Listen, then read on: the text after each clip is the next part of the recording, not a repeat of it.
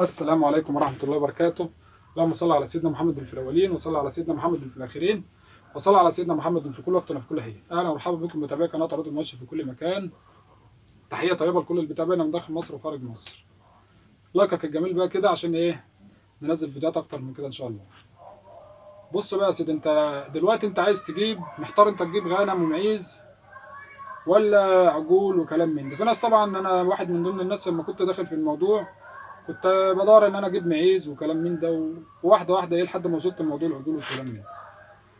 فانت لو محتار تجيب عجول وكده ولا معيز وغنم وحاجات من دي، هي في الاول لو انت لسه بادئ في الموضوع خليك في الحاجات اللي هي الصغيره الاول. افهم الدنيا الاول يعني بالنسبه للمعيز او غنم وكده، وبعد كده ايه افهم الدنيا الاول، وبعد كده لو حبيت تخش في موضوع العجول خش العجول اللي هي الصغيره يعني. بص بقى انت طبعا انا حسب فكرتي عن الموضوع او اللي انا خضته يعني فيه. انا طبعا جبت معيز اول ما جبته، وبعد كده جبت غنم، وبعد كده جبت عجول. فمن خبرتي يعني المعيز ما بتجيبش الهم، يعني ما بتجيبش هم من الاخر. عشان برضو ما تجيبش وتقعد تقرف نفسك. هي المعيز في ناس بتبقى حباها لغايه ان هي تقني معيز. بس نصيحه الوجه الله ما تجيبش معيز. لو انت في نيتك ان انت تاخد من وراها حاجه، ربنا يرضيك من وراها حاجه، ما تجيبش معيز. المعيز مقرفه وبتهدر اكتر ما بتعمل. الغنم يعني في نسبه احسن من المعيز، نسبتها ما شاء الله عاليه شويه عن المعيز، ارباحها شويه. وطبعا الضامن ربنا، يعني المكسب والخساره ده بتاع ربنا، وتوكل الخساره قبل المكسب.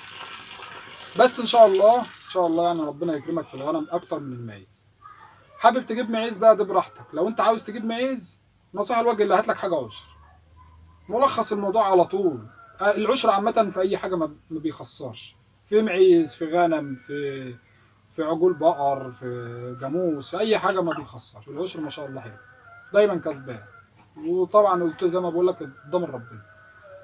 فنصيحة يعني ابعد عن المعيز شوية في الأول، يعني خليك في الغنم. هي يعتبر نفس الأكل ونفس الشرب، بس ما شاء الله الغنم بيبان عليه وهكذا. حبيت بقى تجيب عجول، اجيب لك عجله مثلا صغيره بتاع 3 شهور ولا حاجه، تبدا تاكل فيها كده وتدي فيها واحده واحده على قد فلوسك بقى. عجله اتنين يعني انت ومقدرتك بقى. وساعتها معاك الدنيا حلوه، هات عجلتين وتسيبهم شهر اتنين تلاته ولا حاجه، وتقوم زيها وتدخل مكانها وكده. بس ما تجيبش الحاجه اللي هي يعني الحاجه اللي فايقه وباين عليها الفوقان، ما تجيبهاش لان ديت مش هتكسب معاك. حاول تجيب الحاجه اللي هي المتدعفره شويه، اللي هي ضعيفه شويه، جعانه مش عارف ايه، بس تكون سلاله برضه بس جعان، تكون اللي هو كان انام اعمل فيها شويه ولا حاجه وتفوقها انت. دي الحاجه اللي هتنقل معاك فعلا، سواء غنم سواء معيز سواء عجول صغيره يعني. كله زي ما انا بقول لك كده. حاول تجيب الحاجه اللي هي ضعيفه شويه عشان تجرعها كده وتفوقها شويه افوماك على شويه جرعه ديدان وكلام من ده. هتبص تلاقي الدنيا راقت معاك يعني ان شاء الله، ربنا يكرمك. فانت ما تحتارش، انت شوف الحاجه اللي انت تكون حاببها الاول اولا. يعني شوف الحاجه اللي انت تكون حاببها وداخله دماغك، وابدا يعني فيها. بس اهم حاجه يعني ايه، يعني ما تفرحش مثلا بالكتره في الاول. هات حاجه على قدك، واحده اتنين، بس الافضل اتنين. اي حاجه منها هتجيب منها اتنين افضل، ده لو في سيوله يعني. واحده واحده ان شاء الله ربنا يكرمك، هتبص تلاقي ربنا رزقك وهتلاقي نفسك دوست يعني في الموضوع، وربنا يرزقنا ويرزق الجميع يا رب. فما تحتارش ان شاء الله، استخير ربنا وكل حاجه ان شاء الله هتمشي تمام.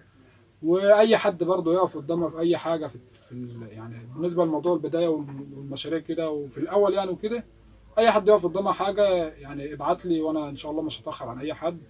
عايز تبعت على الواتس ترن عليا، انا والله مش هتاخر عن اي حد. ترن عليا في اي وقت والله ما هتاخر. لو رنيت في نص الليل اقسم بالله ما هتاخر عن اي حد.